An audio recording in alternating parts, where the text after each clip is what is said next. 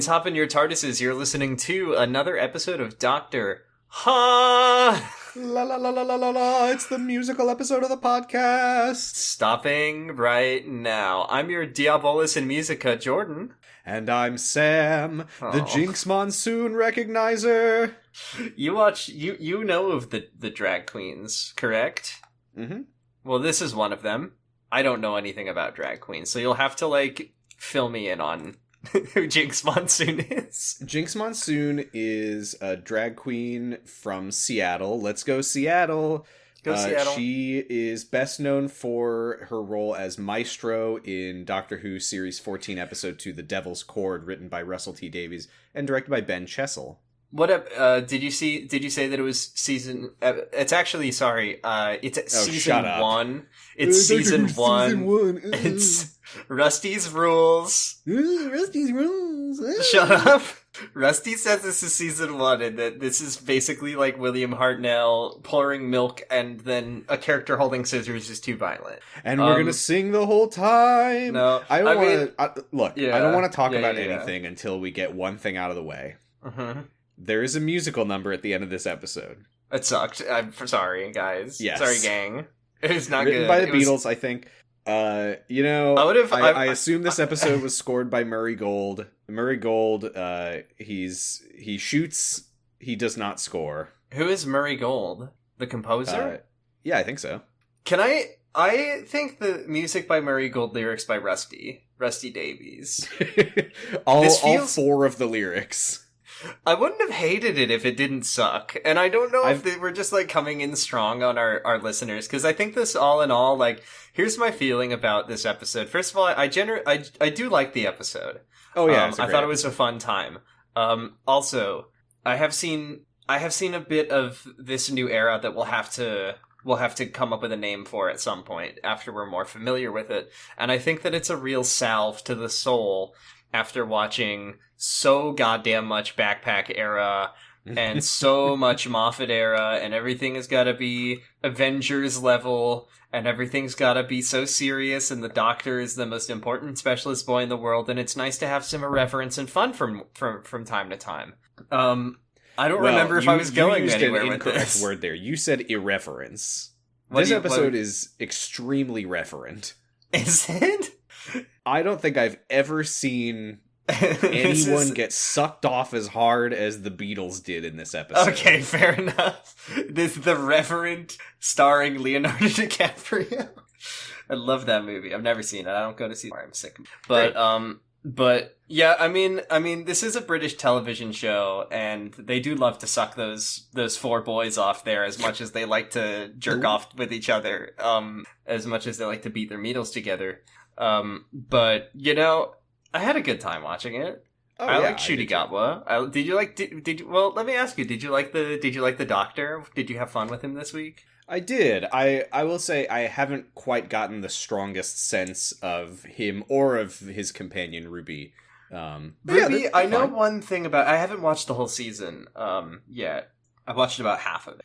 But we did learn this week, the power of the Christmas special is strong with Ruby Sunday. It didn't even occur to me until you said that's why they made a big deal about some Christmas music. She's like a special, she's probably the TARDIS, and she's really special. She's a special child, and she's powered by the power of being from a Christmas special. And so whenever she enters the Avatar state and snow starts falling and Carol of the Bells starts playing, that's my impression.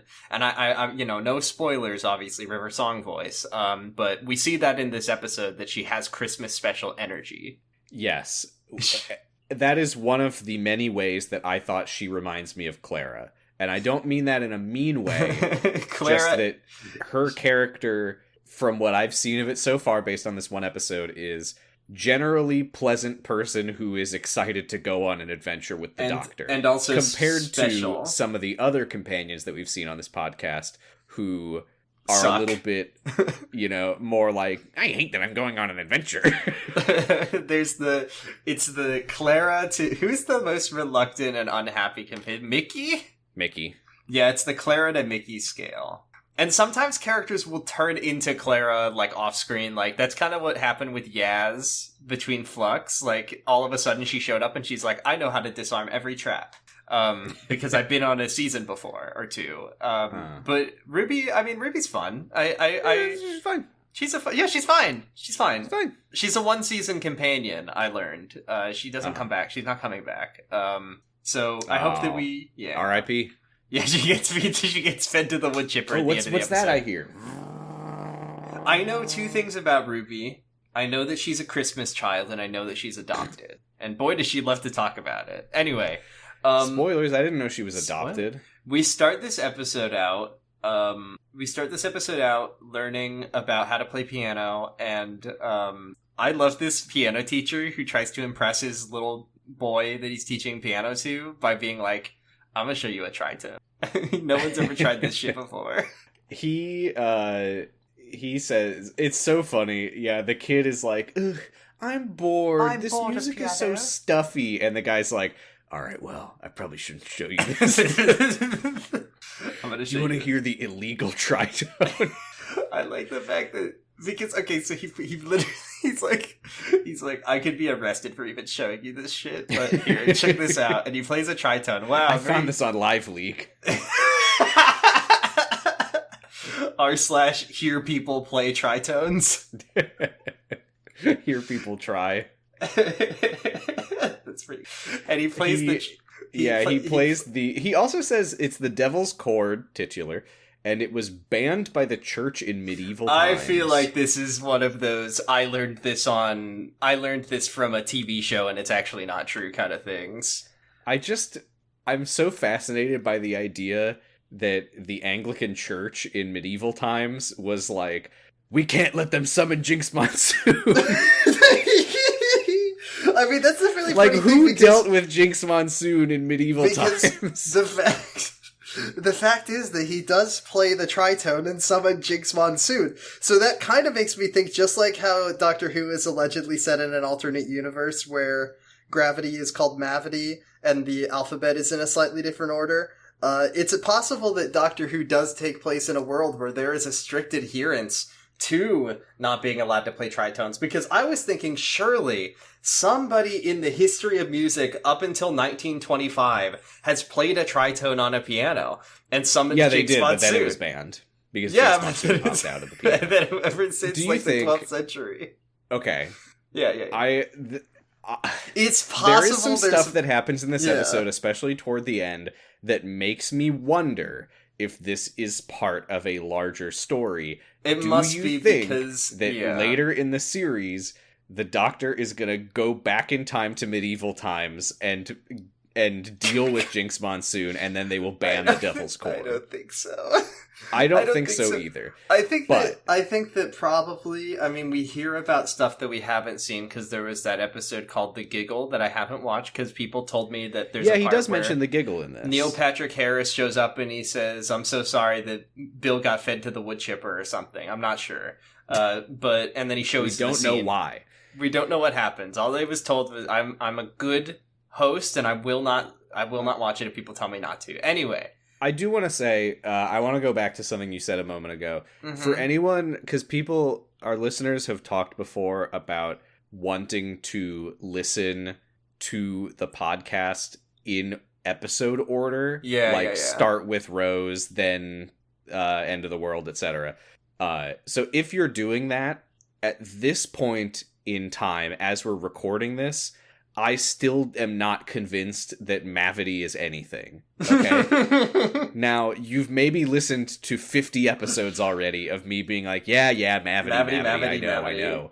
But right now, I think that it's bullshit, and I never want to hear about Mavity again. Are we being gaslit by our listeners, like always, where they tell us an episode's going to be good and it sucks? And then they tell us they like our podcast? When they tell us our podcast is good and it sucks? Okay, so... He says, you want to see some shit, and he plays a tritone, and Jinx Monsoon pops out of the piano. You broke the law! Jinx is hamming it up harder than anyone ever. And I cannot fucking believe this performance. This is an Emmy-worthy performance, if you ask me. There is shit happening here that you can't get anywhere else on TV, except maybe in those drag queen shows. I don't watch them. Yeah, I mean, I'm not going to say that RuPaul's Drag Race is a good show. It's not. You watch it. I have seen a lot of it and still watching it now. So they do quickly establish that Jinx's character is named Maestro and is agender or non-binary. Non-binary in some way. And Henry is the little boy playing the piano and says, "Oh, this is my dad."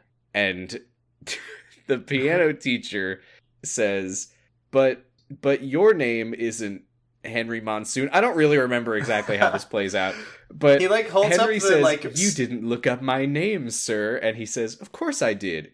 It's Henry Arbinger." Oh my god.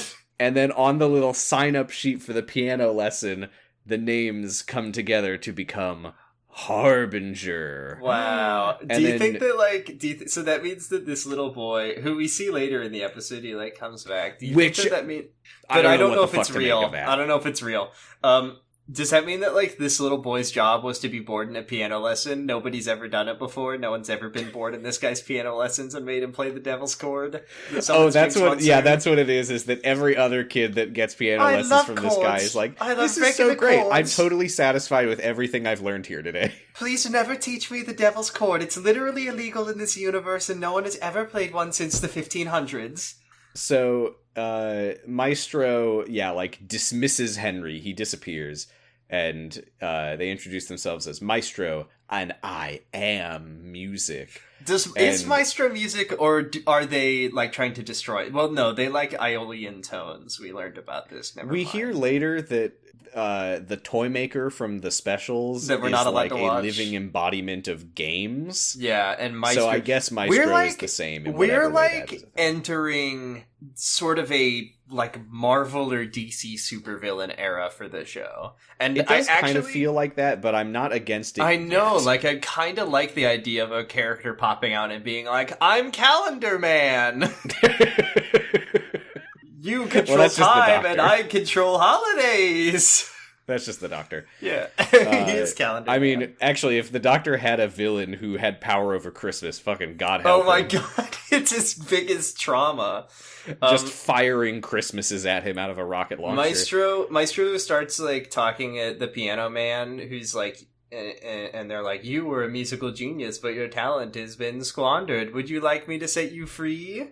I don't want to just be doing an impression of this character for the whole episode, but I do want to say the way that Maestro is I couldn't do it justice, bemoaning honestly. the fate of this man. They're like, "You're the greatest composer who ever lived. Clever enough to find the lost chord, ding. But it's so sad." It's impossible for me to try, so I won't. And then also the piano teacher, who will be killed seconds from now, because as is the tradition in Doctor Who fashion, we learn his name right as he's about to be murdered. His name is Timothy Drake, Robin from the comics. And and Maestro starts playing fun piano music and sucking music notes out of him, and he's smiling and screaming, and the bones want to come out so badly, but they're staying in there, and then he dies and twitches on the ground, and it's. I do want to say, because I'm an idiot, they say, "You're Timothy Drake, the greatest composer who ever lived." And I paused the episode to go look up. I never heard of. Yeah, you're like, I never heard of this I don't know if I've heard of Timothy Drake. I don't see anything. Oh, he died. And then the first of several times in this episode, Maestro breaks the fourth wall by sitting down at the piano and playing the Doctor Who theme song, and then it transitions into the Doctor Who theme song. It was fun. Did you mention the spaghetti? That Maestro twirls the music notation around their conductor's baton like spaghetti and eats it. Pretty good. The music notes flying out of people and flying out of Maestro is very Spy Kids to me, in a good way. It is. This is a very Rusty type effect where it's it doesn't look good, but it looks right in the way that it looks bad. Yeah, that's kind of how I'm feeling about this. Is I mean, the show has a higher budget than ever, I think, but they're not using it to make Marvel movies, and I'm really digging that. Right, they're using it to hire the Beatles. These are the real Beatles? Yeah. So we finally go to the TARDIS with Ruby and the Doctor, and Ruby says, "I want to go see the Beatles," and the Doctor's like, "Everyone wants to go see the Titanic. This rules. I love having or Mars or Bethlehem." Do you think there's a Bethlehem episode out there waiting for us? We know that there's a Bethlehem. We know that he's been there because when he said to Lady Christina D'Souza, he said he was there on Easter, not on Christmas. I mean, the Doctor can never go to Bethlehem because if he goes to Bethlehem, the fucking angel eater of Cybulon 9 will show up and like try to kill baby Jesus, and the Doctor will meet a horrible fate that traumatizes him forever. Like he can't get near that one because he's gonna have a Christmas special happen to him. But yeah, the Doctor is so excited to go see the Beatles. He's like, I can't believe I've never thought to do that, which seems unlikely. Fuck you. But... I was literally in our Discord chat like last year maybe, like I can't believe they've never done an episode where they go to meet the Beatles, and then this episode happened, and and now I think that maybe there was like some rights issue or something. I don't know. Yeah, I don't know. So Ruby says we should change our clothes. He's so excited for a they don't do like a clothing trying on montage, but they like excitedly run to get changed. He yells, "I've got wigs galore!" And they change into their 60s clothes. Look good. They go to the Abbey Road crosswalk to EMI Recording Studios, later Abbey Road Studios. They like get a woman to give them her cart of tea, and they take the cart in and offer tea to the producer, who is a real guy, but I forgot to look up his name. Brian Epstein? No, it was something McIntyre or Michael something. Doesn't matter. Not historically significant or culturally. And then they're like, time to listen to the Beatles play one of their favorite songs, and then the Beatles play a song, and it's like a piece of shit. Well, it's not, well... Look. Folks, listen, folks, listen. It's a piece of shit, but not in the way that we come to know the Beatles songs to be. Look, I've never been a fan of the Beatles. When they started playing this song, I was like, yeah, this sounds like a Beatles. Okay, it literally is like, I've got a dog and his name is Fred. He's my friend and he's not dead. And I was like, this is just a song off White Album. I don't know what you're talking about, folks. We see like a look of dawning horror on the Doctor and Ruby, and I'm like, oh, they didn't know that the Beatles had a bunch of stinkers. The Doctor's like, oh my god, we caught them in their flop era. I think the Beatles are. It's called their career. No, I'm just kidding. I put the Beatles on sometimes. I'm not ashamed to admit it, but there's nothing wrong with liking the Beatles. It's allowed. But I just felt like making a joke that I knew would make people mad. I was just doing a little bit of trouble. You used to listen to the Beatles a lot as a kid. Well, when I was like 4 or 5 years old, yes. Because they make music for babies. They kind of sometimes they do. Sometimes they do. Other times they don't. I have, as an adult, gone back and listened to Magical Mystery Tour, and it's pretty good. I think Sgt. Pepper's a pretty good album. I think White Album is a pretty good album. I think Revolver's a pretty good album. Anyway, we're done litigating our opinion on the Beatles. Also, they like all hit their wives except for one of them, I think. But okay, yeah, now we're done. This does sound like a Beatles song. Okay, this is an aside, but there is an episode of the podcast Your Kickstarter Sucks, where they did. This was when like a semi AI generated Beatles song. I was just going to say, what if they just had AI generate the Beatles songs, and this is what it came up with? So they did a bit on this episode of YKS of Your Kickstarter Sucks. If I didn't say what the podcast is, where they were like, "Oh, here, let me play the Beatles' new song," and then it was one of them singing about like pubic hair or whatever, and I was listening to this with Lauren, and I was like, this is very funny. What the fuck is that, like, backing track? That is the dumbest sounding shit I've ever heard. Was it just a real Beatles song? It was When I'm 64. Oh my god. I like that song. Well, wait till you hear the pubic remix. Anyway, sorry for just talking about another better podcast. They go to another recording booth with a person who I don't know who she is, Cilla Black. It's Cilla Black from Surprise, Surprise. Who? She's singing. You've never heard of Lemmy? Oh, I know Lemmy, but I don't know this particular bit. So this was a singer named Cilla Black who was like friends with the Beatles. They like recorded at the same studio, and she went on to host some TV shows that Lemmy watches and makes fun of them. Is she famous? Is she like a household name in the UK? Yes. Okay. So she's singing another song, and it also, like, sucks ass, and it's clearly not one of her hits that I'm It so sounds like aware the of. Barney theme song if it was malfunctioning. Like, And she's then they literally go- saying, like, I love you,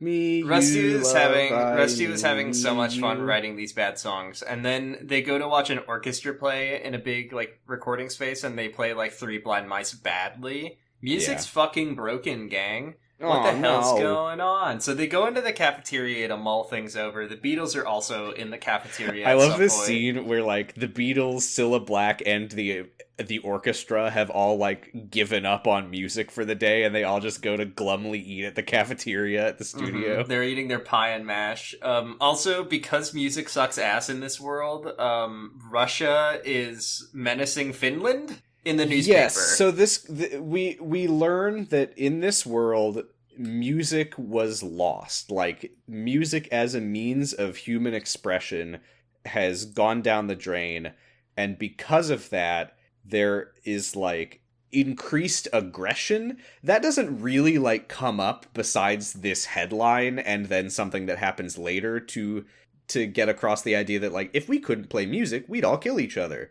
I will say, I don't quite understand the logic of, like, 40 years ago, music became bad, but now there are still people who were famous musicians in the 60s. They're trying to best, record their music that and they hate hate. it. Yeah, they all hate it. They have no It doesn't passion really for make it. sense. I don't think Because that the then they, plot like- really comes together in that way, but I No. didn't really care while I was watching it, so whatever. Like, they go to talk to the famous Beatles. Like, I think they talk to Paul, and they probably talk to John from the Beatles, and they're both like, music sucks ass They now. really do only talk Music to Paul fucking and John. sucks."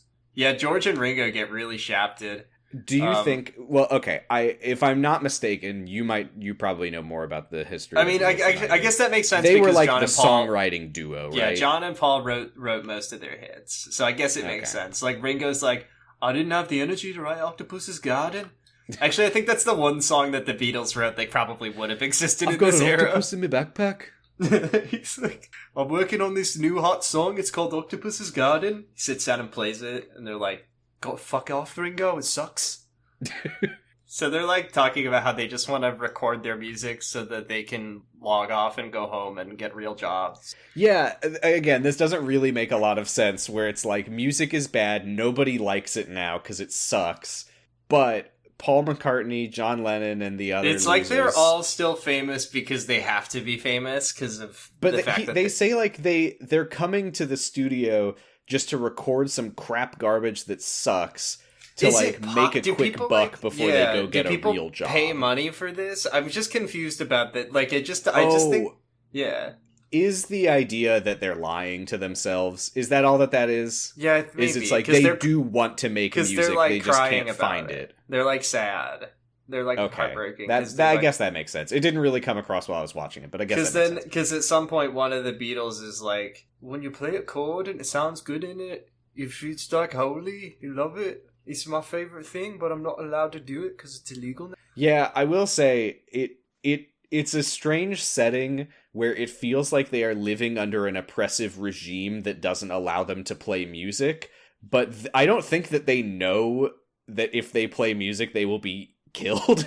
I mean, it's like this is the thing about, and I remember when I watched this for the first time about the premise of this episode just kind of falls flat because it doesn't make any sense. Because it's like, how did the Beatles like exist in their career enough to get to the point where they're recording an EMI? Like, surely, Right, it also implies that like why is anyone having a go at music at all if it all sucks? also it implies that the Beatles just sort of sprang out of the ether Right, as fully like- formed geniuses. Like, why oh, nothing like inspired them. They didn't listen to music. Right, there was nothing happening in their lives to inspire music for them to write, but they're like, I've still got to write on music with the birds in the backpack. Well, this And is the trouble, is because their first album, I know, was like half covers, but the covers can't be covered because those songs didn't exist. So they're like, what do we do? I don't know, maybe there's time bullshit here about the universe. The universe is keeping things in they have to still exist, but also like they're just writing shit music, something Jinx Monsoon. But yeah, it's weird. Like, Paul McCartney tells the Doctor, like, you know, in the 20s or 30s, something just changed and music became bad.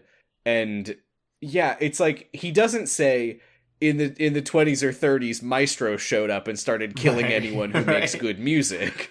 Maestro just showed up to make everything suck.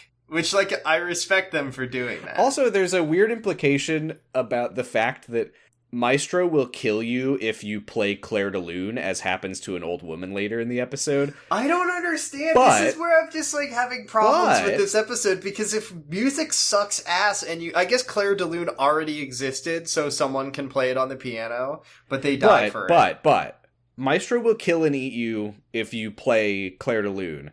They do not care if you play My Funny Doggy Fred. No, like, because you can make objectively bad music. Just don't make objectively good music, like the Beatles. Yeah, like the Beatles.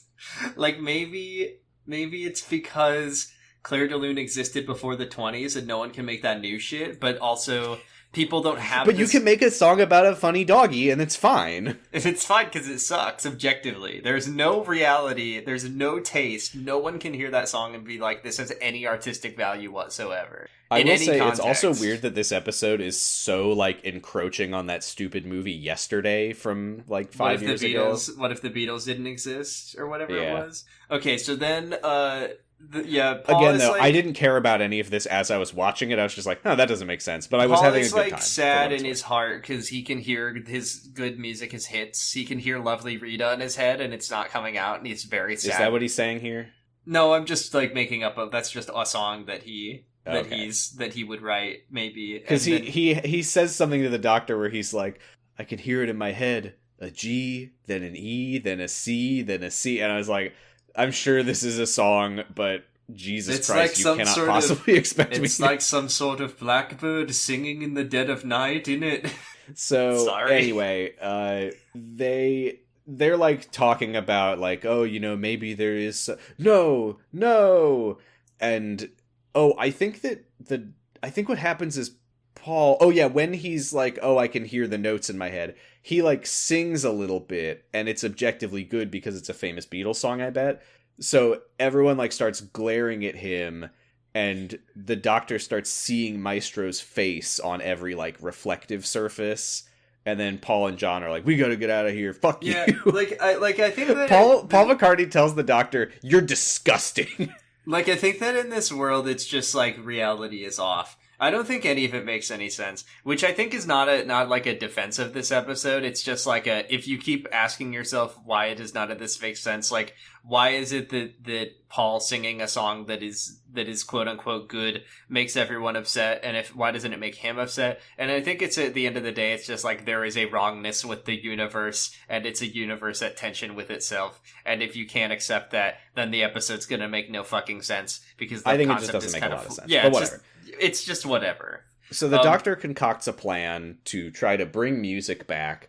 With a rooftop piano concert. They deliver a piano up to the roof of the building. It is very funny that the guys who are delivering the piano, when they finish their work and they're about to leave, they just say something like, fuck that thing! Yeah, fuck those! I hate them things. You know... those things suck. You know how, like, I think we've talked about this on the podcast before, about how Stephen Moffat said that he basically made it his quest as showrunner to give the Doctor infinity lives so they can make forever Doctor Who. I have heard that. This this next scene kind of made me think that Rusty came into this with a plan, because they're on the rooftop looking out at London, and it's all dark and smoggy and sad, like, because the reality's wrong, not because London is like that, apparently. Oh yeah, because Ruby is like, I thought they cleared up the smog in the 50s, and the doctor says, this isn't smog. This is darkness. It's darkening. And then he's like... It's darkness. And then he points towards Shoreditch, and he says... Darkness. He says... Hey, I'm out there as an old-ass, terrible racist man, and I'm hanging out with my granddaughter, Susan. I'm hanging out with an absolute dumb fuck idiot named Ian. I'm hanging out with the biggest dumbass in the history of Doctor Who named Ian, and he's gonna make all kinds of mistakes. Patreon.com/PolyBros. Please listen to our recent episode on the Space Museum to hear just how stupid Ian is. Rusty was like, I'm going to be the first showrunner in, like, 40 years to be brave enough to address Susan, is his mission. I'm not even joking. I think I have no, like, evidence to back this up, because this is the only episode, as far as I can tell, that this has come up in and that I've seen, but I think that this is, like, the Susan. This is the Susan 1. This is Doctor Who Susan 1. Because it's like, she's like, do you have kids? And he's like, yeah, I do, and I will, and I one day will, and I won't, and I don't. But Time Lords are weird and complicated. I don't think they always were. I think the show made them complicated at some point. I think at some point they were just guys who lived and died, but okay. At one point, Time Lord was a weird old guy who goes...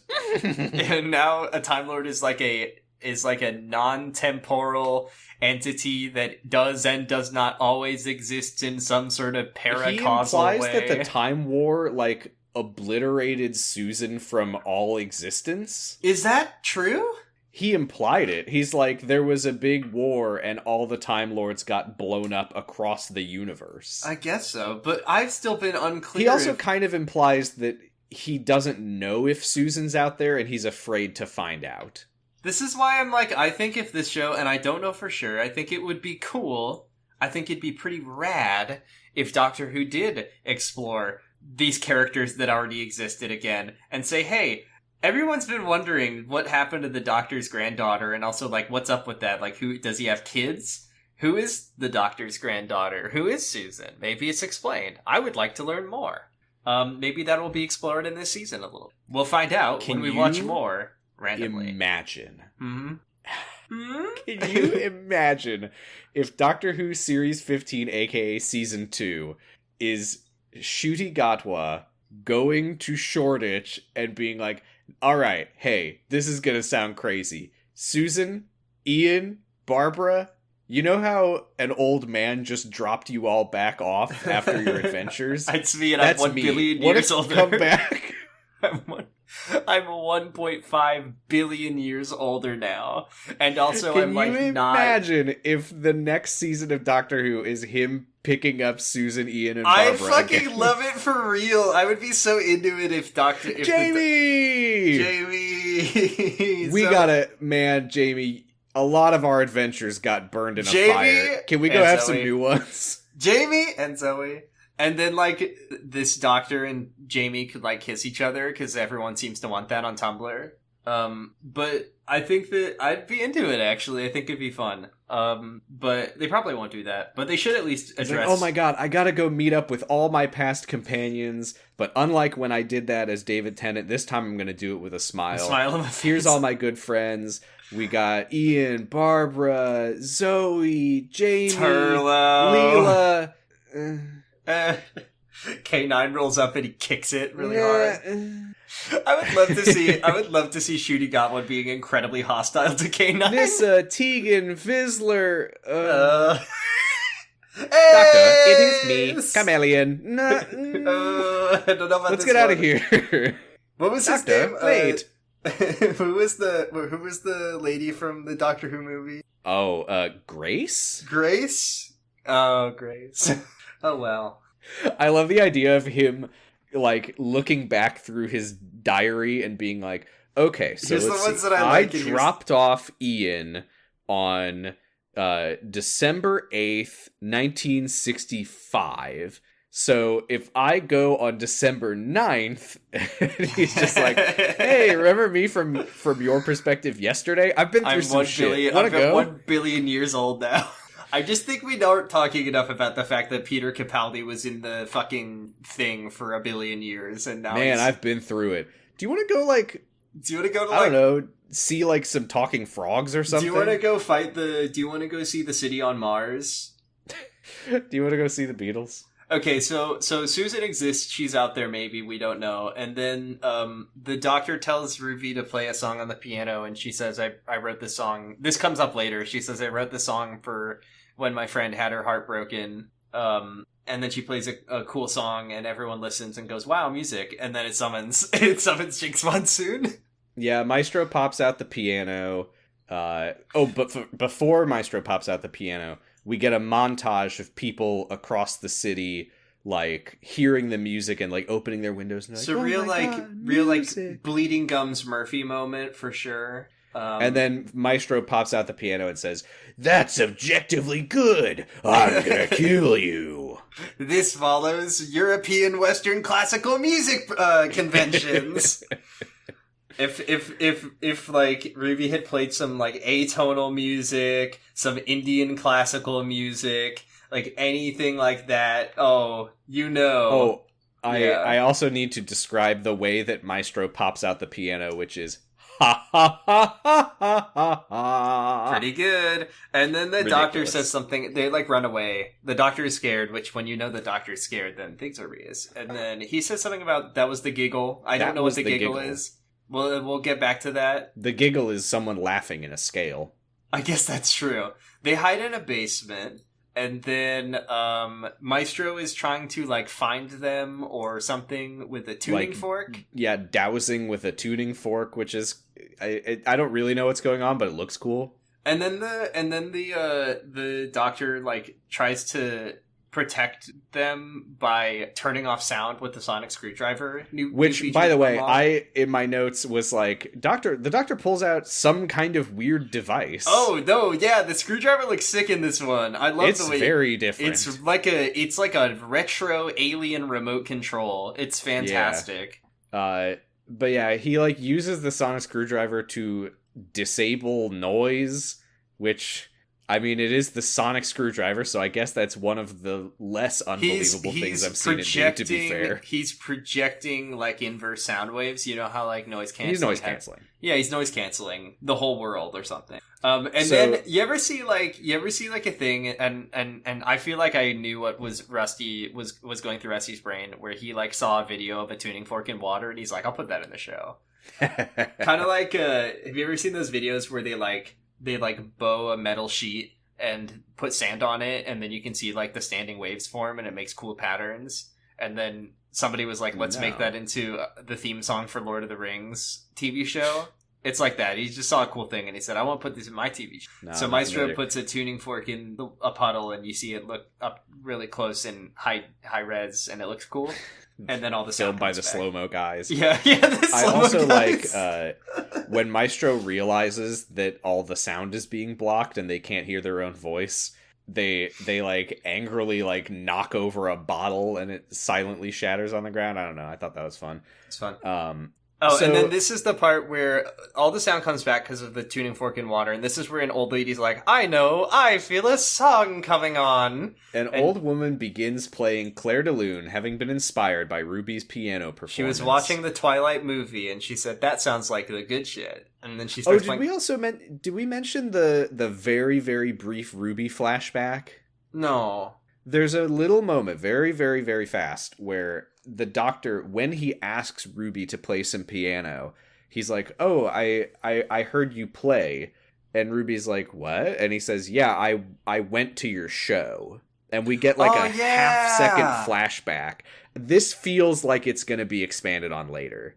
Yeah. So we'll just put a pin in that. Yeah. No, probably forever. Yeah, probably. Statistically forever. It's hard for me to speak on things that I have actually seen relatively, because I have seen some of this show, So Maestro pops out of old woman's piano and...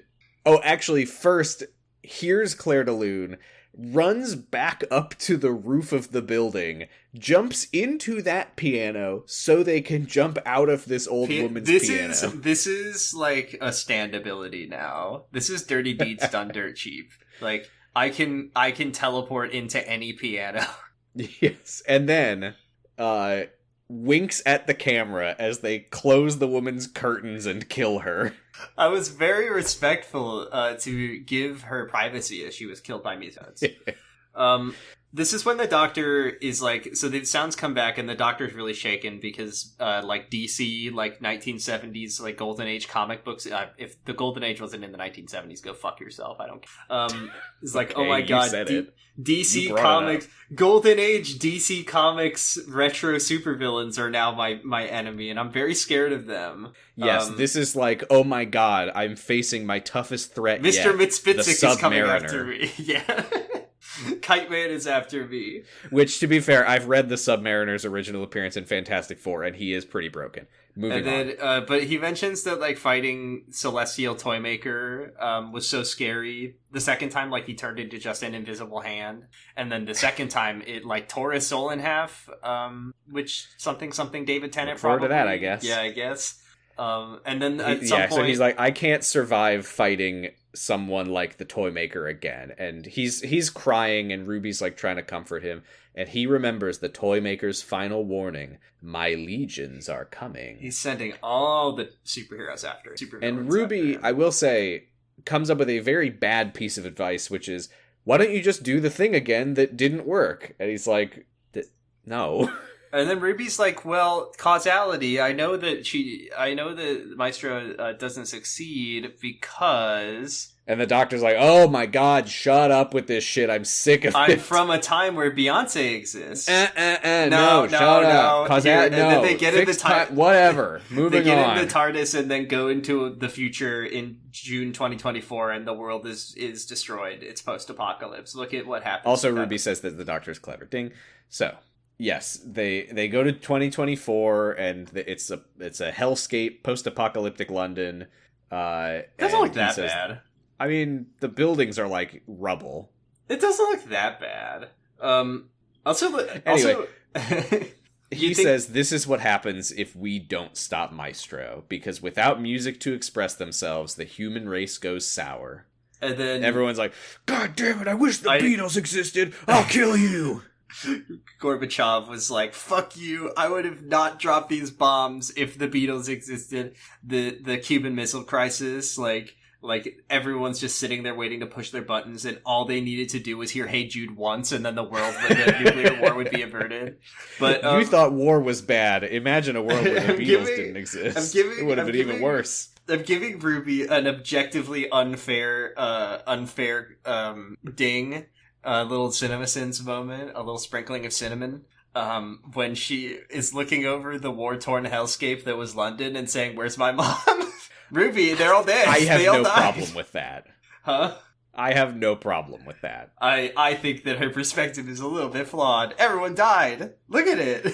She's witnessing a horrible vision of a world that she can't allow come to pass, and she wants to know where her mom is. I think she should think a little more logically. Personally, if I was in that situation, I would have a more... It would appear that my mother is dead. Oh, well. Oh, fiddlesticks. Humanity is wiped out, and therefore my mother is probably amongst the dead. This is certainly less than ideal, but, you know, we roll with the punches here. Yeah, I think she should have said that. And then Maestro is here, I'm pretty sure. Maestro is here. Maestro is not a time traveler, so they are wearing different clothes, and they're like, hey, you must have been those fuckers from the 60s. Also, this is something that really doesn't happen in Doctor Who. We get, like, an abstract scene where they're, like, in crazy. A void with a big spotlight on Maestro sitting down at a piano. This is what I'm saying, is that, like, now that we're dealing with, like, these DC supervillains, they're getting silly with it. I'm sure that we're gonna get shit like this when we watch The Giggle, if we ever watch The Giggle, and then we see it. It's also it's cool in that like it's cool that they're doing something different. It's cool that it's a little bit abstracted, and it kind of like sort of sells you a little bit on the idea that like this villain has like reality controlling powers, right. Which was this always is not like... just like, I'm someone who kills you with a piano. I like villains that can like fuck with reality. I think that's fun. It's cool. And also, the Doctor introduces himself to Maestro, and Maestro says, you are the Lord Temporal, Time Lord, who trapped... I mean, that's some The Batman shit, to be fair. For sure. The Lord Temporal, who trapped my father and bound him in salt. And the Doctor says, you're the toy maker's child. And then Maestro's like, you should be. I'm grateful because I hated Neil Patrick Harris' dad. Yeah, I think they start singing a song about how they hated their dad, but I don't remember it, so moving on. Probably. And this is when the Doctor's like, oh, if the toy maker was the essence of games, then you are the essence of music. By the way, I'm starting to like this toy maker guy. We forgot to mention at the start of the episode something that comes up importantly as like the Maestro's like motivation, because the Doctor at like the very beginning of the episode was like, music is the fundamental language of humankind, and even if when nobody's around, listen. And then they listen to the wind, and he says, I only intone. Music is all around us.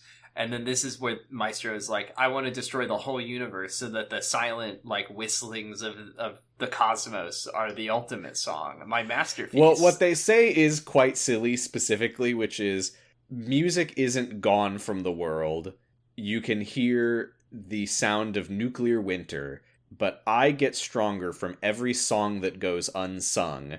And when I'm strong enough, I will steal the music of the spheres, and then the universe will stop turning.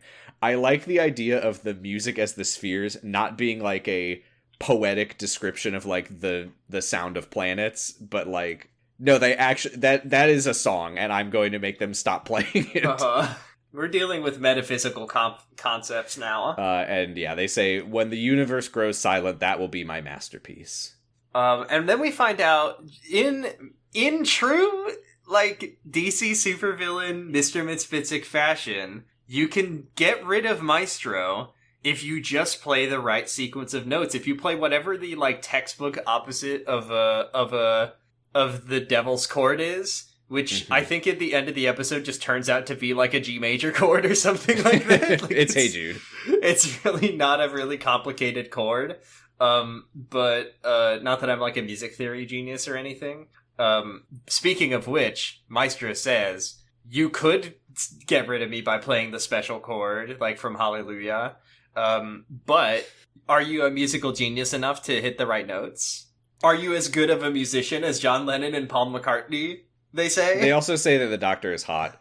Yeah, I mean, true. The Doctor's always kind of hot, except for when they're not. I was very disturbed, by the way, to find out that I am the same age as Shurigatwa. That's not that disturbing. Why are you disturbed by that?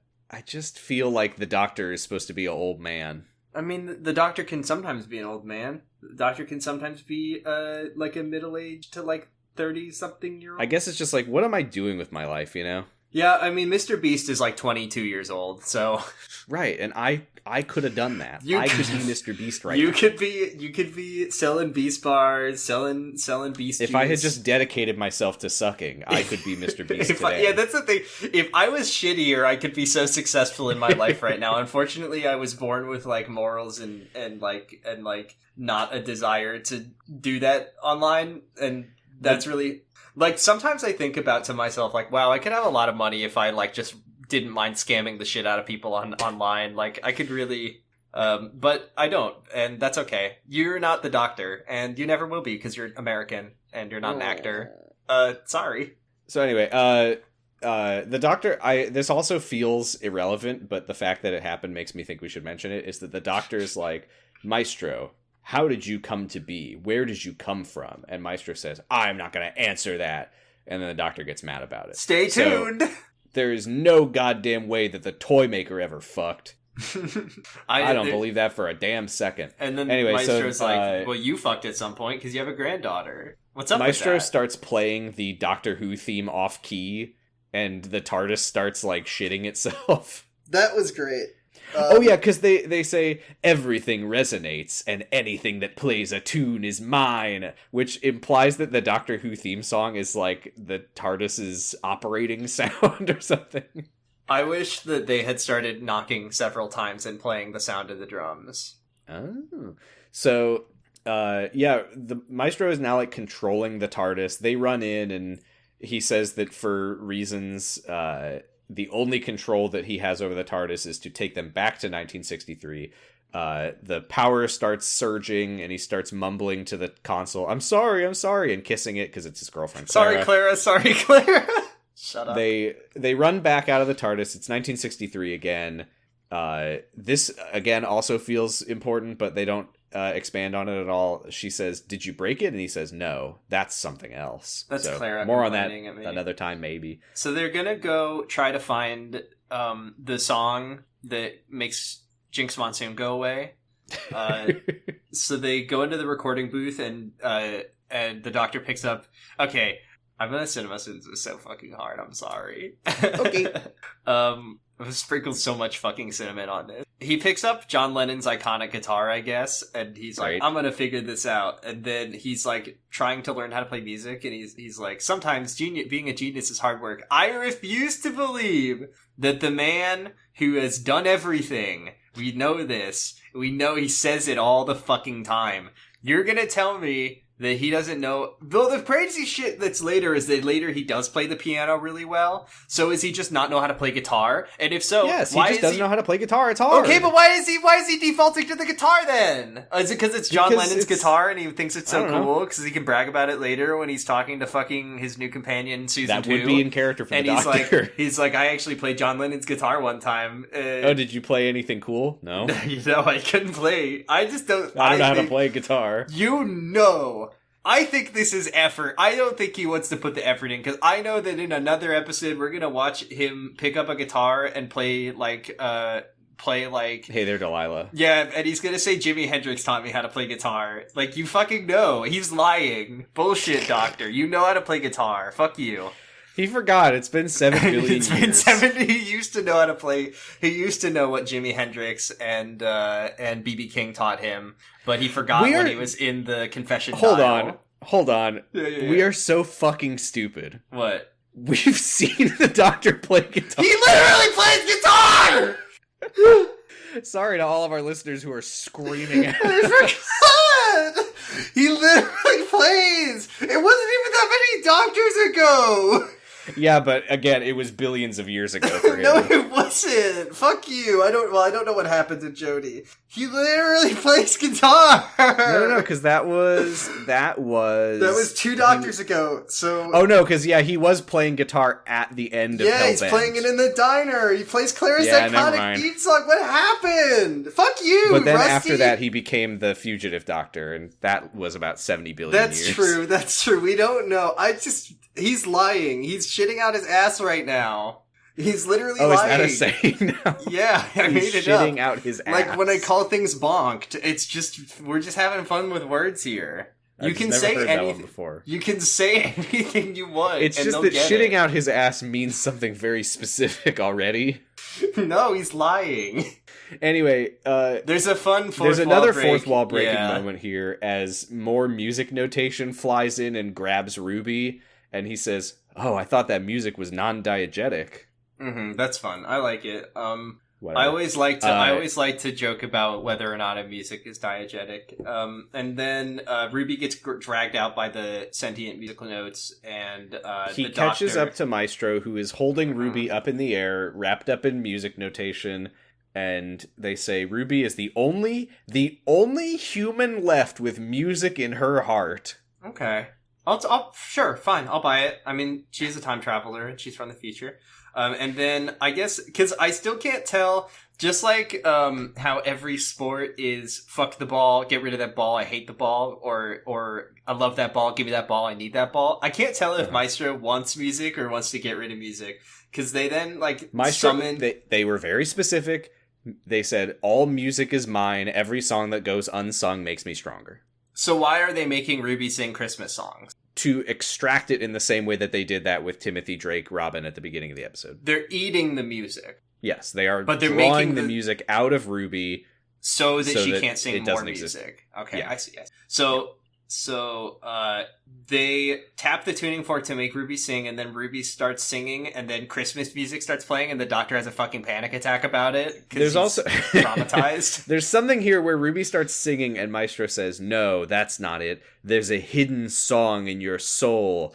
And then Ruby starts like singing Carol of the Bells or whatever. All the And harmonies it by starts herself. snowing because Christmas is so powerful that It's singing literally, I when I was watching these episodes, I was so excited to get to this stuff because I was like, we're gonna have a field day with Ruby Sunday, the girl who is just like a living Christmas special.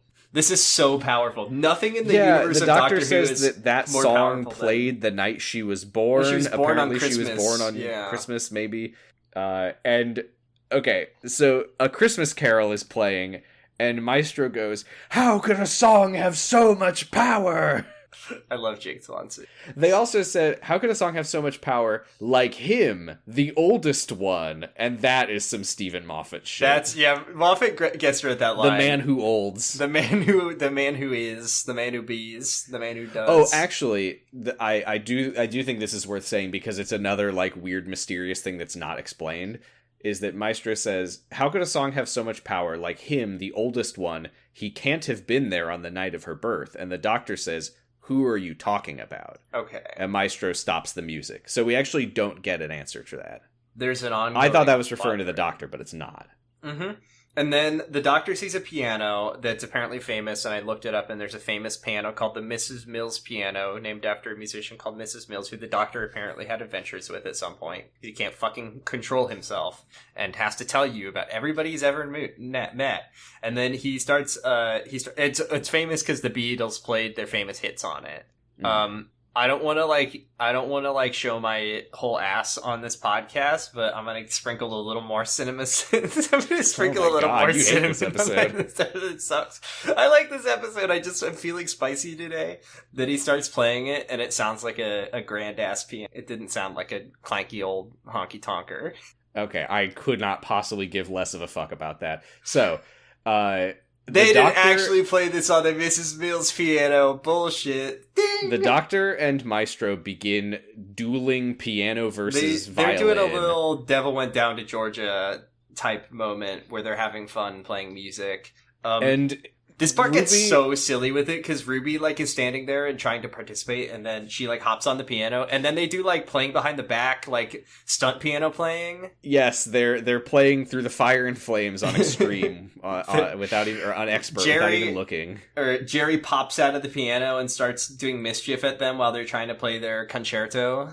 But yeah, they're stunting while Maestro is spinning around and switching out other instruments and stuff. And the Doctor starts to play the chord of banishment. Maestro is just so Teen Titans to me, in a complimentary. This is a Teen Titans villain. I can imagine it. Yes. Also, I have a question because the way that this begins is not that the Doctor plays the chord. No, the Doctor plays the first note of the chord. Right.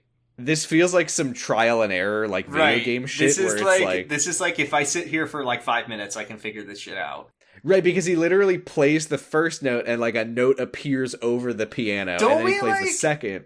This is Undertale. This is playing that one song on the piano in Undertale, but I was also thinking about that. I really don't want to just keep sprinkling on the cinnamon, but isn't the whole defining character of a chord based on the other notes that it's with? Is it playing right? one? Exactly. If I play a G, also how many notes have they played over the course of this duel?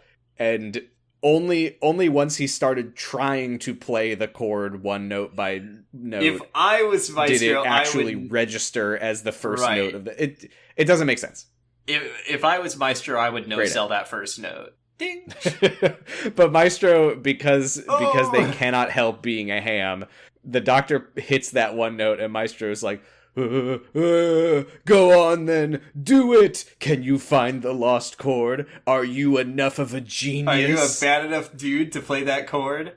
The Doctor says, I would never call myself a genius. Can someone fact check that, please? I am so mad. Yeah, I was gonna say, I need a montage right the fuck now on my desk of every single episode, every single moment. 45-minute supercut of the Doctor calling himself a genius. Just search genius in every Doctor Who script database and see how many results it returns. Anyway, I thought what was going to happen, and I was foolishly not looking at the runtime, was the Doctor plays every... Because he's playing the notes in the chord, and Maestro is getting progressively no! And then right before he hits the final note of the chord, you keep seeing throughout this whole process Ruby looking. We know Ruby's a piano player, so I thought foolishly that Ruby, with the power of teamwork and friendship and the Doctor trusting in his companion, she was going to step in and say, let me finish this. I know what the note is. And play it and then banish no, because there's someone more important There's than two Ruby, people way more important that are going to save the day. The true musical geniuses. So the Doctor hits a bum note, and then all hijinks ensues where Maestro plays Reveille on a bugle, and then musical instruments start flying around. And can I also mention the part where the Doctor says some dumbass shit that sounds profound but isn't? Where, oh, you mean every episode? I can only smile because I've lost so much. I've experienced every single thing, and that's where music comes from. I don't think that's true. Okay. That's like one of, I don't know the exact specifics of the quote, but I think about it constantly. Of Ursula K. Le Guin did an interview one time, and someone interviewing her was like, the book that you wrote had a lot about sailing. It seemed like you really had a lot of experience sailing. Did you sail as a child? And then she was like, no, I just had an imagination and I imagined how sailing works and I wrote it down. And I just think about that a lot. No, I have the power to conceptualize. Thank you. Okay. Anyway, yeah, so the doctor fucks up and plays the wrong note, and they the doctor and Ruby get like eaten by a cello. I fucking love this part because I was just imagining the fun that they got to do, like the prop department or whatever, like make a cello there, make an upright bass that can open up, and then we'll find a way to like upright bass, whatever. I don't know music. Timpani. Oh my god, this sucked. And it gave me trauma. So, yes, as Maestro, like, whips them away from the piano rolls out into the hallway with the notes above it. Will you allow me to share my trauma? When the doctor gets pulled into a timpani, and then Maestro's just like, ha ha ha ha, and then starts banging on the timpani with the doctor inside of it. It reminded me of a time when I was in high school where we were doing like traveling choir bullshit. And then we went to U of A, in Tucson, and they did like a welcome to our college concert, and they had like and they put you inside of a timpani. Kind of. They had the whole marching band going up and down the aisles, and I was literally on the aisle seat right next to the bass drum player who was having the time of his life, just hitting that thing as hard as possible, and it was fucking agony for real. Oh, no. I was so upset. I was having a really bad time. So when I thought about the doctor inside the drum getting... I was just thinking back to being in high school with my poor eardrums. The piano gets kicked out into the hallway, and then John and Paul walk in sadly, and you can hear like the applause sign turn on, and everybody cry and cream their jeans. What you actually hear is they dub over their dialogue from earlier, where John and Paul are like, "I suck at music. I don't ever want to play music, but when I hear those notes just right, it feels like something holy." And then they sit down at the piano together, and they're like, "Let's play these notes, old friend." Which, by the way, the doctor did 99% of the work here. Like, can we really jack off the Beatles just like they love to jack off with each other? Over the fact that they came up with that last note in the chord. Because it really feels like the doctor did most of the work here. Am I crazy? I just... Mm-hmm. Just the way that I just had a vision of a deleted scene from this episode that doesn't exist, because this episode is so like reverent about the Beatles. I just imagined if there was a scene where they like after everything's settled and they've saved the Beatles, they all go to jerk off together. Ruby is like, "All right, what do we do on our next adventure?" And the doctor's like, "Let's go kill Yoko Ono." Shut up. Fuck you. I thought you were going to say let's kill Hitler. If only we had stopped Yoko, then perhaps war would have been eradicated. Season 1, Episode 3, Let's Kill Yoko. Shut up. Yoko Ono gets so much hate, folks. Anyway, so yeah, they play the chord together, and Maestro shrieks and shatters a wine glass, obviously. And their own music notation starts attacking them and dragging them into the piano this time. The Doctor and Ruby are released. And on the way out, Maestro yells, "The one who waits is almost here." The one who waits! The one who talks! The one Matt who Smith knocks! in a waiter suit. The one who waits! The one who sniffs! The one who ages! The one who sits there! The one who gets stuck in the confession dial for a billion years! I can't take it all! I can't take it! Why are they letting Steven write dialogue for this show? Get him out of here. I know he's writing that. Rusty would never. So they go back up to the roof, and the world fills with music again. Everyone starts playing their favorite Beatles hits. They're playing Rhapsody in Blue, and something about that just like offended me slightly. I don't even know why. An old woman walks by blasting Claire de Lune on a boombox. On a boombox. But the doctor looks very serious at Ruby, and he says, "I've been through a lot, and I know that there's always a twist at the end." And then he winks at the camera, and they go back to the music studio, and they sing a very bad song. This song sucks. Called I There's was Always like, a Twist at the I End. sent you a While message. doing the twist, obviously. I sent you a message that's like, this is giving Phineas and Ferb, and then I was like, no, actually Phineas and Ferb's music is like, you know, pretty well written, I think, all things considered. I mean, compared to this, for like a children's TV show, it's okay. Okay, but this song has been stuck in my head all day. But it sucks! Because it's just over and over. There's always a twist at the end. And then they're just There's making always the a most, twist at the end. There's always a twist at the end. There's always a twist with at the my end. wrist and I missed this, you can't resist, and there's always a twist at the end. And it's just like, can we put, is it supposed to be bad? Is it supposed to suck? Because the whole thing about this episode is they go to the Beatles, and the Beatles are like, I've got a dog named Fred, and he's already dead. And then it's at the end, they're singing a fucking song that sounds exactly the same! Well. But, whoa, hold on, get back up. Well. What happened here? Well. I don't... Because something happens here. Mm. Because as they're singing and dancing, we see Henry Henry Arbinger is watching. Does music still suck? Is this Rusty making a comment about music ain't what it used to be? It's like they got rid of I think that they haven't saved music at all. I just didn't understand. I didn't get it. I'm sorry. I like the effort. They tried really hard. Legend of the Sea Devils, A+ for There's effort. also some cameos. We see series composer Murray Gold as well as Shirley Ballas and one of the Strictly judges.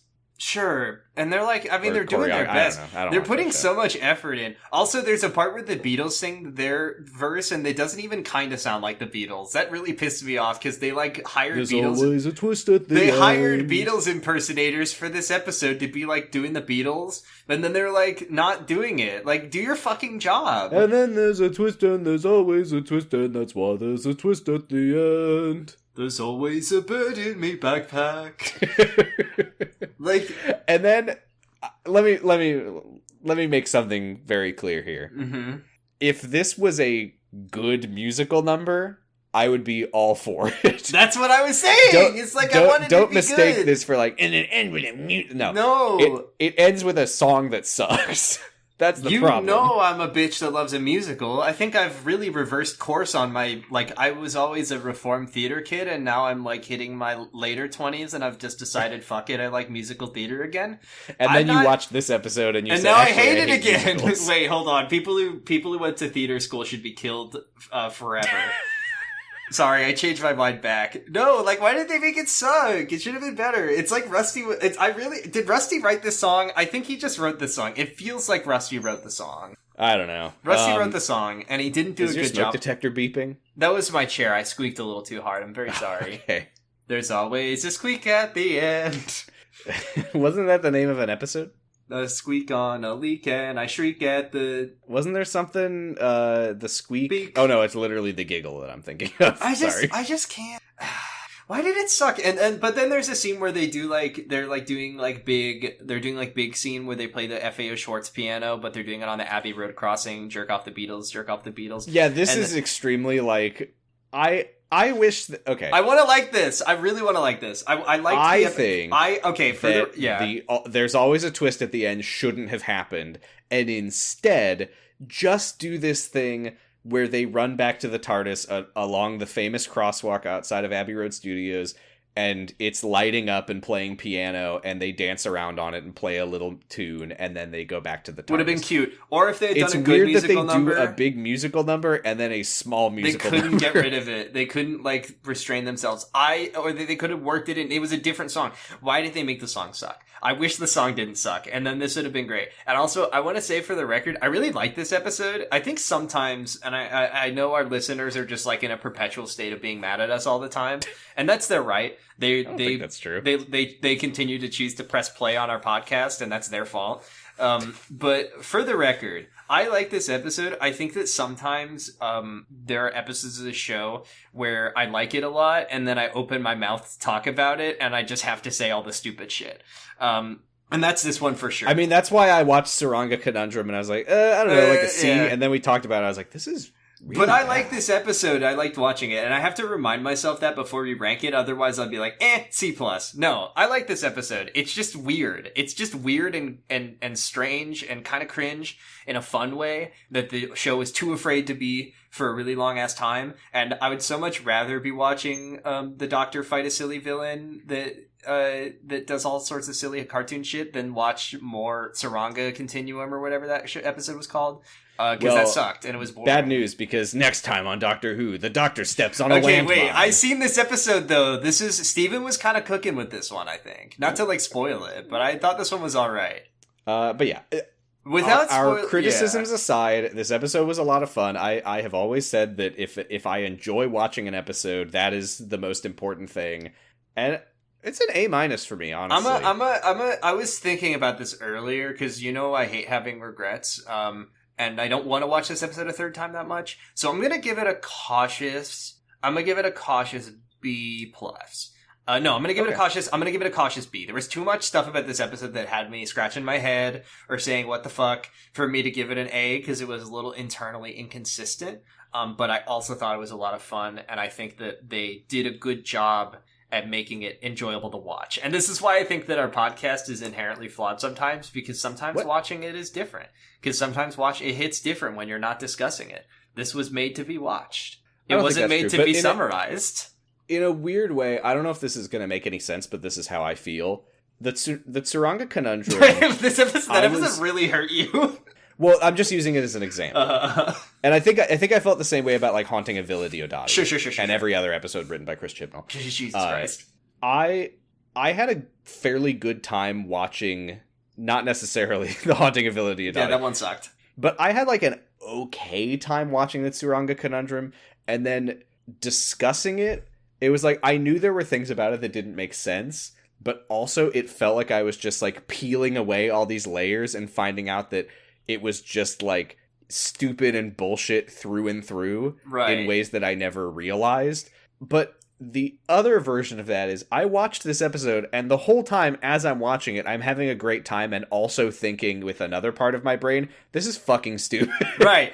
And this is I feel the fact that I felt it as I was watching it and still having a good time means that I don't really care that much. That's what my whole impetus for watching Doctor Who with you was I remember watching this show in high school, even when I was in high school, and thinking that the dumb shit was cool, was wow, there's a lot of episodes of the show that are really mid and fun. And actually, it turns out a lot of those episodes that I remember being really mid, I actually really like. But that is just the thing. It's fun. It's also really stupid. And that's the pleasure of this show. And that's why I kind of am let's let Rusty write the show again. Because he kind of gets that, I think, in a way that Chris Chibnall, when he's trying to make Infinity War every episode, doesn't understand. Well, I've got good news for you. This is what? It's already happening.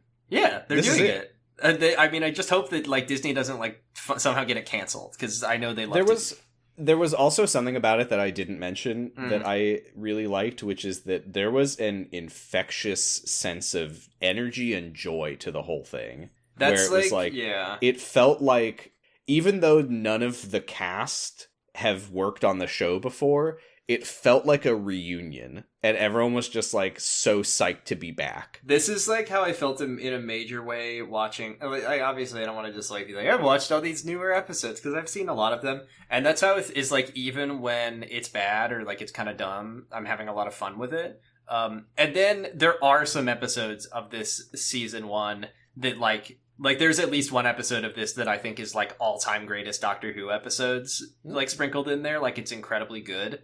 But then there's just episodes that are they're making Doctor Who fun again in a way that I really I think enjoy. that's a problem that I have with the Chibnall era, is that this doesn't apply to the whole thing. God knows we've enjoyed some episodes from those times, but so often it feels like it's just taking itself so goddamn seriously. Same with a lot of Moffat's episodes, because Moffat is so wibbly dibbly. But he's also everything is the most important thing in the whole... Everything is so goddamn important at all times. Yeah, that's a problem that we've talked about with the 11th Doctor, is that he's being a piece of shit, but the show can't stop honoring him and respecting him. Also, I should say, I really like Ncuti Gatwa. I think he's a fun doctor. I think that he's bringing a fun energy to it, and I can't wait to watch more of him, because what I've seen I really like. Yeah, likewise. I don't have as strong a sense of him as you probably do, because you've seen more already, but yeah, I liked him. I liked Ruby. I don't really know much about her yet. Yeah, Ruby's a little... She plays piano. Ruby to me is a little bit like episode 1 Rose to me, where... I mean, the problem with Ruby is that she's a one-season companion, so I hope that I like her more. She has a really good episode moments, but I also just kind of, like, don't know her super well. And I wish we got more time with her. Oh, well. Sam, do we have any awards? Do we have any companion awards this week? Do we do Shooty or Shot first? I guess we do Shooty or Shot. This is Shooty or Shot, the segment where we try to sound... This is going to be tough for me, because... we were like months into the podcast having seen a lot of the Doctors before we started doing impressions of them. I've seen one episode of this Doctor once, so I don't really have a strong grasp of his accent. I watched it earlier to like study it, but that was several hours ago because we pushed the recording back. So I'm not going to bother pulling it up. I'm just going to do my best. I'm going to also do my best. Also, Ncuti Gatwa has like a very unique accent that I don't know how to do. Our key phrase this week is, "That is amazing." Oh. I don't know what you want from me. You want me to do it? And when he says it, he spins around. That is amazing. Oh! I got nothing here. I'm sorry. That's probably how mine's going to go. I need to step away from my microphone. That is amazing. Oh, that's pretty good. That's pretty good. I'm into it. Yeah, that is when Ruby says that she wants to go see the Beatles, and he does yell "oh" and he spins around. We'll have to like work on our like Ncuti Gatwa's very unique like Rwandan Scottish accent that he has. Because I'll be studying. I'll be practicing it. Yeah. I don't expect it to ever be good. Quite as good as our Jodie. Jodie is really good with massive. Sorry, I need you to know. When I did that just now, I instinctively tugged on my bow tie, but I'm not wearing a bow tie, so I just squeezed and pinched my neck and started pulling on it. It came out really well. That was like one of your better Matt Smiths. Can you do your David for me, please? Oh God, we haven't seen him in a while. I don't. Can you do your Can you do your Capaldi at least? Can you say something in Capaldi? I think we've still only done 2 Great Scots. I haven't really gotten much of a chance to. And can you just for one more? Can you do your Donald, please? Dr. Donald, paging Dr. Donald? Can you say wibbly wobbly? Oh, it was so good at the start. I was really impressed. It kind of fell apart after like 2 syllables, but yeah, that's how it always goes. It was really good. Do we have anything at all? Can I give all the companion awards to John Lennon and Paul McCartney for saving the day with their special, except for the Mickey Award? They killed Maestro with the power of music. They took initiative to play the chord. They did a sick stunt by playing a musical stunt. They did a sick musical stunt by playing that cool chord. And they also, actually, they did kind of eat shit in a comical way when they played that really shitty, embarrassing song. And John dropped a spoon. Embarrassing. Cringe. No, I reject all of that. We never addressed this one, but Ruby did pass the Yaz test this week. Ruby did pass the Yaz test this week. She did things. Ruby used her specific talent of being a piano player in an important way that actually affected things. Got them into the studio with the Beatles and Brian Epstein by commandeering a tea cart with her knowledge of people named Janice. Oh yeah, she does walk in and she's like, "Oh, Janet wants me to take some tea to them. You can go on break." And the woman's like, "Oh," and she says, "Haha, there's always a Janet." She has power of passing Yaz's test. I don't think she fully earned a Companion Initiative Award. I feel like having the I wouldn't say so. Sarah Jane Award to me involves at least going off on your own. Yeah. But yeah, no, I'm giving the Beatles everything except for the Mickey. Yeah, including the Medal of Mickey. They killed. They did a stunt. I'm not giving anyone anything. They ate shit in a comical way. Yeah, great stuff. And the doctor does get a strike on his record for lying about being able to play the guitar. Unforgivable. Don't fucking lie to me. Don't lie to me, Doctor. Maybe different versions of the Doctor lose muscle memory. I don't know. Moving on. Which Doctor? Shurigawa. I kind of do want to keep it rolling. But no, I mean, I think I said last time I want a Tennant, I want a Donna episode. Oh, we're never getting it. Roll it. It's Tennant. It's the Unicorn and the Wasp from Series 4. Wait, it's the one with 7, the big B! This is a Donna one! This is a Donna one! We saw this when we watched the Sound of the Drums. There was like a brief flash of it. She remembered seeing a big B. Any fun cameos? Agatha Christie? Here? Someone who I've clicked on before. Who is Lena Dingra? Maybe she's in another Taskmaster contestant. She was on Doctor Who. She was on Doctor Who. Life isn't all ha ha he he, which is like a show that you would come up with. What? That's that's the name of a show that she's been on. Okay, great. She's in 2 episodes. She must have been Miss Chandrakala. Oh, she's in Demons of the Punjab. Oh, okay. Okay. Cool. What is the critical consensus of this? Do they like it? 4 stars out of 5 from Digital Spy. What is this about BioShock 2? The lead director of BioShock 2 stated his creation of the game's character Sophia Lamb was inspired by Fenella Woolger's portrayal of Agatha Christie in this episode. That's fucking And Woolger crazy. Was hired to voice the character.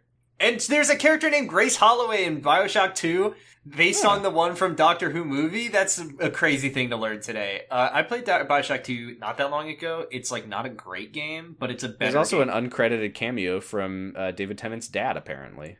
BioShock 2 is not a great game, but it is a better game than BioShock 1. I agree. I haven't gone back to it in a long time, but I do remember thinking that it was it's underappreciated, and B, BioShock 1 is overappreciated. Oh, yeah. It's not that good. I will say that BioShock 2 doesn't... whenever I play these games like BioShock 2 or BioShock, I'm always like, I can't believe there was a time where this was like peak video game writing, when you go into a room and the villain says, will you kill me or let me live? And then you let them live, and then someone calls you on the radio and says, wow, I was wrong about you. Maybe you are the monster. I really don't have time to get into how stupid the morality choice system is in BioShock, but it sucks. Yeah, anyway. I'm You're like I need to bad. move on, or I'm going to start talking about it. Okay. Donna next week. That'll be fun. We are on Patreon at patreon.com/poddingbros. $1 a month gets you all of our bonus content. We have recently put up our episode on parts 1 and 2 of The Space Museum, which was a fun time. Not great, but fun to watch and fun to make fun of. Next time we're going to be watching The Invasion of Time, I think heard this one's good. Nope, it was good. Do you want to watch I think it? Leela's in it. Leela. Yeah. And K9. Leela. K9. Piece of shit. Fuck you. It also gets you a mildly special Discord role, marking you as a friend of the show. $5 gets you a pretty special Discord role, marking you as a companion of the show. You can send us a message that will read in one of our funny voices, and you get a shout out in the podcast. $10. Oh my god. If you give us $10 a month, you become an honorary member of House Me, Sousa. We will clap for you, and you can listen to the podcast live while we record it, which nobody ever does, but you can do it. I'm not going to take it away just because nobody ever does it. Yeah. We're revoking your privileges. Thank you to our sorry if that was passive-aggressive. Thank you to our $5 and $10 subscribers. Caroline Siebert, Cassidy, Christina Fitzgerald, Faustian Bargain Bin, Helga K, JCH, Roy, Stephanie Bolding, Stephanie Karen, Violet Magician, and House Me Sousa, Destry Hawk, Age Cave, Sauceworks, and Verdigris. Yay! Did you hear me get so tripped up by a new name? We got a new name on there? Shit, what? Christina Fitzgerald. Hey, thanks for subscribing. Welcome aboard. Sorry that I stumbled so hard over your name. Sorry, Sam dropped the ball. I've got the muscle memory apparently, and now I've got to relearn everything I know. Do we have any messages or anything this week? Does anyone want us to do Josh voice? Do people want us to completely embarrass ourselves? Yes, we do have a message. This one's from me, and it just says do the entire next episode in Josh voice. Great. Do we have anything? No. Oh, okay. Let me check Tumblr real quick, I guess. Speaking of Tumblrs and Twitters and hey, they took your website down. They're getting rid of your website. It's still up for now, but yeah, sad news from co-host. It is going to be going down. So you're going back to Twitter at the end of the year, huh? You're going back to Twitter? Fuck that. I mean, I'm not happy about it, but I'm on Blue Sky now. Oh wow. Yeah, I'm on Blue Sky at posiestress.bisky.social or whatever the fuck. Oh, gross. And we're on there at Doctor, huh?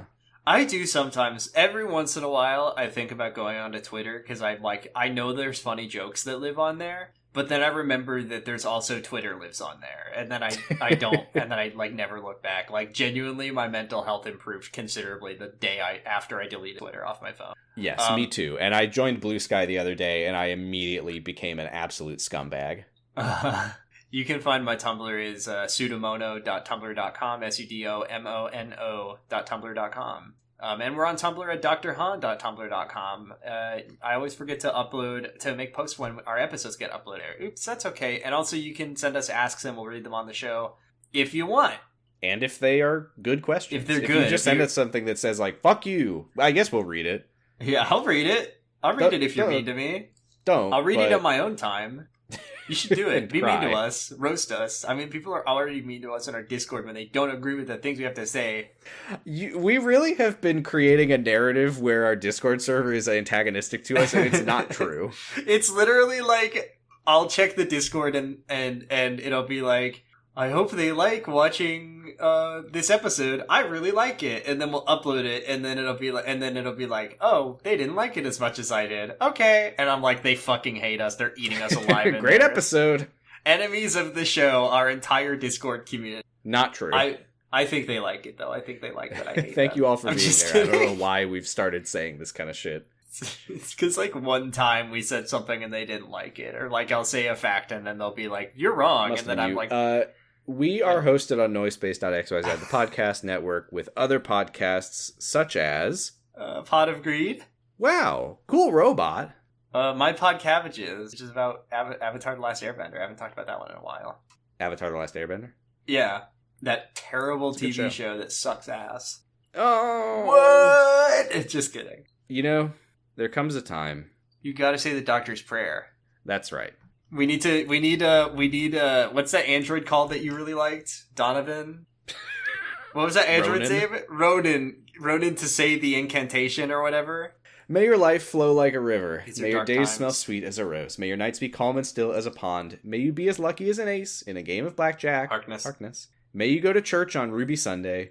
And may the Doctor light your path through time. May Ruby Sunday...